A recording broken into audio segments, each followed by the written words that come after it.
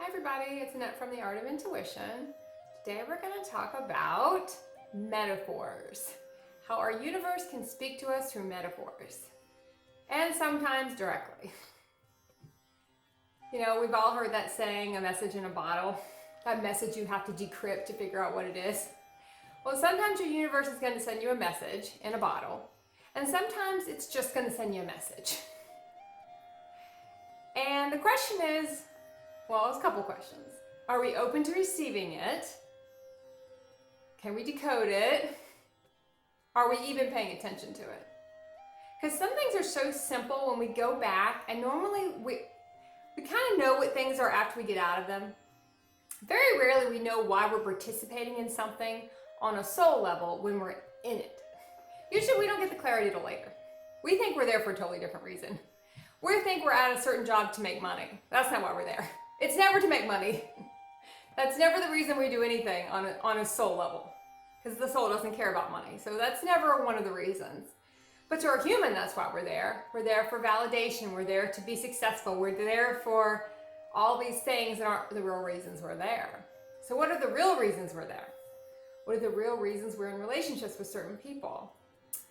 Well, let's talk about the messages in a bottle a little bit, and just the damn messages.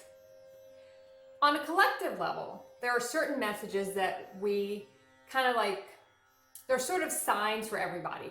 Grasshoppers are a huge sign that we're shifting realities. We're about to jump into something new, jumping realities. Grasshoppers are a big sign for pretty much everybody. You see a grasshopper, you know you're about to shift into something. You're about to jump into a different frequency. You're jumping into a different reality, leaving another one behind. Look at the year 2020. Now, it was named 2020. Should that not have been a tip-off for all of us that we were going to get a very clear view of something in 2020? A very clear view of our lives, what was important, what wasn't important, what we valued, what we didn't really value, what we could live without, what we found out we couldn't live without, what really enhanced our life, and what we didn't miss when it was gone. 2020 showed us in perfect clarity what we were looking at, as far as looking outside of what was going on. And we should have seen that coming with the name 2020 attached to it. It's a huge flag. Call it a message in a bottle, call it a message, but it was definitely there. So look back in your life. Look at the names people had. Look at companies you worked for and the names of those companies. I know I worked for a company that had a name that was basically, you were going to look at something, like a close-up of something. And the name never really resonated with me on any level, but I look back and realize, wow, when I was there, I really had to take a close-up look at myself. Like I really had to look at what was going on with me. And that was kind of the tip-off to what was going on, or what I was going to be going through when I was at that job. It had nothing to do with the other reasons I wanted to be at that job. Now, I wanted to be at that job because I wanted to make this massive difference, and hopefully I did in some way, but that wasn't the real reason I was there. On a soul level, we code everything. You know, look at license plates that jump out at you, words that jump out at you. Even if you have a certain type, a lot of people will say someone has a certain type of person like they're attracted to, and they all kind of look the same because we build them to look the same. That way we know they're ours when we see them. As soon as we see them, we know, oh yeah, okay, that's one of mine. I marked them like that so I'd be very clear when I saw them that that was one of mine. We do that all the time. Sometimes we might get someone completely against our type, and that might also be a sign that it's going to be a little different. It's coming in a little different package this time. There's something shifted. We've shifted. So the energy shifted, so it's coming in a different form. Sometimes people will date a person, multiple people with the same name because something about the name. It's almost like as soon as they hear that name, they know, oh, that one belongs to me too. So take a look. Take a look at different clues you gave yourself. Sometimes it can be clues from years before it actually happens, different things we're attracted to.